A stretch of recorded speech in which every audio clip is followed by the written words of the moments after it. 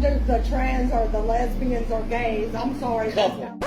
That's not satire. That's not 2005. That's a real restaurant in Mississippi in 2025. And somehow, they still call it Darwell's Happiness Café, which feels like false advertising. This is Michelle and Darwell Yeager, a husband and wife you've probably never heard of. You can find them dancing around in costumes on Facebook, playing the part of everyone's favorite quirky small town spot. But behind those smiles, there's something else. They're not hiding anymore. They're saying the quiet part out loud. And what they said, it wasn't a slip up. It's what happens when some people start confusing cruelty for courage and expect a standing ovation. The craziest part, they're not the only ones who think this way. They were just the ones who filmed it. So how did a small town cafe turn one viral video into a national symbol of anti-gay hate? And why are so many people still defending them? To understand that, we need to go back to when the mask started slipping. Who the hell is Darwell's Café?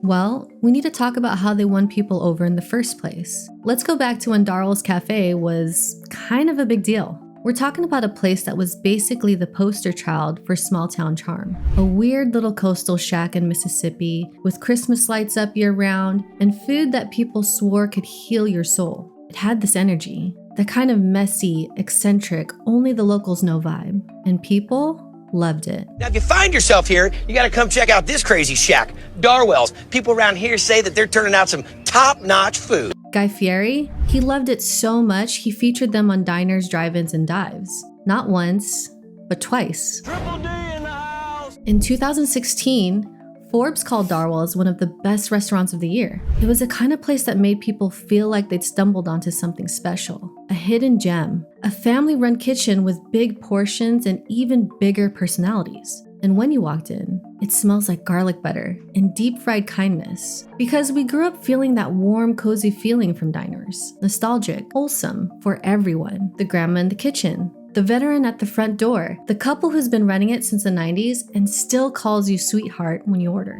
And in America, diners mean something. But sometimes, the places that feel the most comforting are the ones that quietly leave some people out. Because when you look closer, that everyone's welcome vibe, it usually comes with an asterisk. You know, everyone's welcome as long as they look like us, love like us, and think like us. And that's where Darwell starts to lose the plot. Because under the Christmas lights and the crawfish boils, there was something else simmering. Something most folks didn't notice, or maybe didn't want to see, until now. Because they're not just a quirky family spot anymore. There's something else entirely. And it makes you wonder, how many other places out there feel the same way, but haven't said it yet? It's one thing to have a bad take, but it's another thing to build an entire promo around it. On March 25th, 2025, the owners of Darwell's Café in Long Beach, Mississippi, Darwell Yeager and Michelle, or Nettie Yeager, uploaded a video. Couples Day at Darwell's, Couples Day at Darwell's.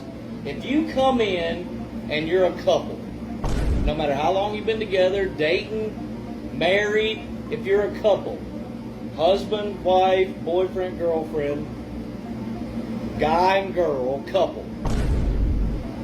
The real kind of couple. Oh, because we don't do the trans or the lesbians or gays. I'm sorry, Couple. that's down the street. Okay, couple, when you come in for the next hour and a half and you are a couple, can produce a child couple, we'll give you something free. Nettie smiles and proudly says, "We don't do the trans or the lesbians or the gays." Then they offered a deal. Free food, but only if you're a part of a straight couple. They turned a simple thing like grabbing dinner into a loyalty test, and they did it like it was just another Tuesday. The restaurant, which calls itself Real Food for Real People, made for real couples, made it very clear who they thought counted as quote-unquote real. The video went viral. Darwell hopped on Facebook and started crashing out, posting every hour. He said he was being bullied by the left while holding a knife. He bragged about getting hundreds of texts of support. He said President Donald Trump is putting an end to all this wokeness. But Trump hosted a gay wedding at Mar-a-Lago, and he named the first openly gay person to hold a cabinet-level official. And most recently, he nominated a gay man for Treasury Secretary. Then Michelle tried to post an apology after getting lit up. The kind that starts with, "I'm sorry if you're offended," but that disappeared. Then they doubled down. Her profile pic changed to, "We reserve the right to refuse service to anyone." Meanwhile, Darwell kept posting. He posted in a now deleted post that his restaurant is now a no weirdo zone. He said he was just doing a special for a certain group of people. He claimed it was about the Bible, about America. Doesn't the Bible teach to love thy neighbor? And it's a kind of thing that's easy to brush off. The Southern charm, the word freedom, it all makes it feel harmless until it's not. That's what makes it harder to call out. The costume, the charm, the small town setting, it's all part of the illusion. Because if you say you're just traditional, if you say it's just your beliefs, then suddenly you're harder to challenge. It didn't feel like this was about faith. It kind of felt like an excuse, a way to use politics and religion as a cover for the hate bubbling underneath.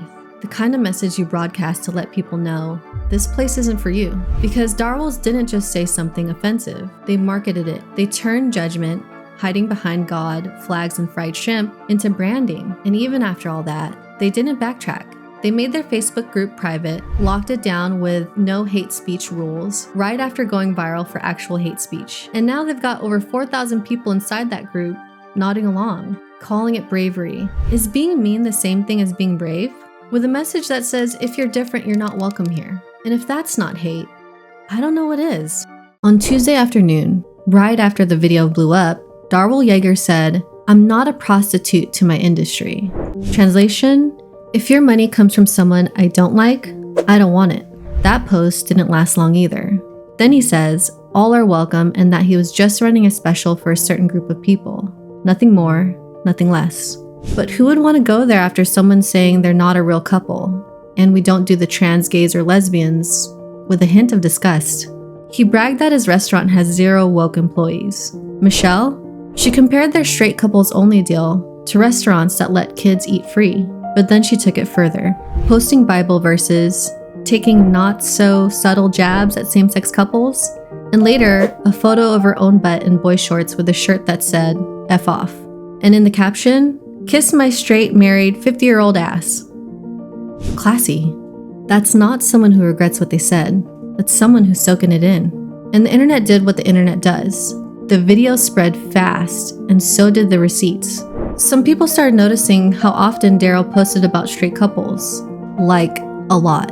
And with all the posts about straight couples, some folks started side-eyeing just how often he brought it up. But as the screenshots piled up, something shifted. People started leaving reviews, commenting, sharing, and suddenly, what started as a local cafe doing something weird in Mississippi turned into a national conversation. Reddit, TikTok, Facebook. Some defended the Yeagers, saying they were just expressing their beliefs, but many more weren't buying it. The backlash was intense enough that even Yelp had to temporarily disable reviews. People were shocked, and not in a good way. Shocked that anyone still thought this way, because drawing a line around who's welcome, no matter how it's justified, still hits just as hard. And the community around them, they didn't stay quiet. A Cajun spice vendor pulled their products from Darwell's. A local bar called the video disgusting.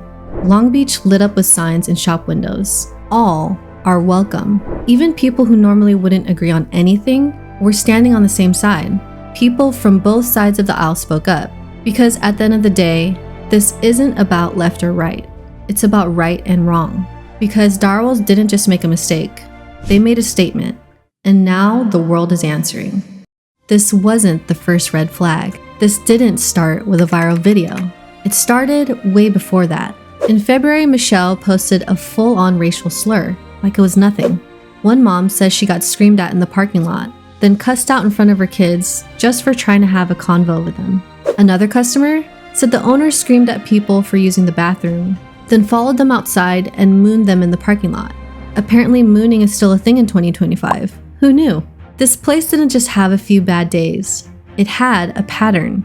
Loud, proud, and not exactly sorry about it. These weren't isolated incidents. They were previews. The writing was always on the wall. The rest of the world just finally saw it. But let's say you agree with Darwell's. You think people should have the freedom to believe what they want, to run their business how they want, to post what they want online. Cool. I respect and agree with that. But here's where lines get blurred. When freedom becomes the reason someone gets turned away at the door, when faith is the excuse used to decide who's worth feeding. That's not about beliefs anymore. That's discrimination with a polite smile.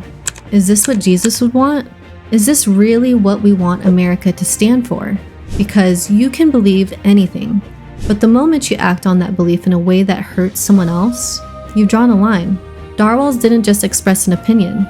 They made a real life, you can't sit with us moment, but with crawfish etouffee. And when they got called out, they didn't reflect, they posted more. Like being divisive was something to be proud of. Imagine a restaurant saying, "We don't do the Asians. They're not a real race." Would you defend that? This isn't about being woke. It's about being human. Every person, no matter who they love, deserves to walk into a restaurant and feel safe. Not celebrated, not given special treatment, just treated like a person. And when kindness starts coming with conditions, we've already lost more than just good food. Because what happened at Darwell's is just a symptom. So even if you agree with their views, ask yourself, if it was your kid, your sibling, your best friend, would you still call it a business choice? I believe in free speech. I hate what cancel culture has become. And I really miss when politics was boring. I miss when eating out was just about the food, not a moral test, not a Facebook war. We used to call each other gay, crack jokes, and move on. Now, we're either walking on eggshells or screaming to be heard.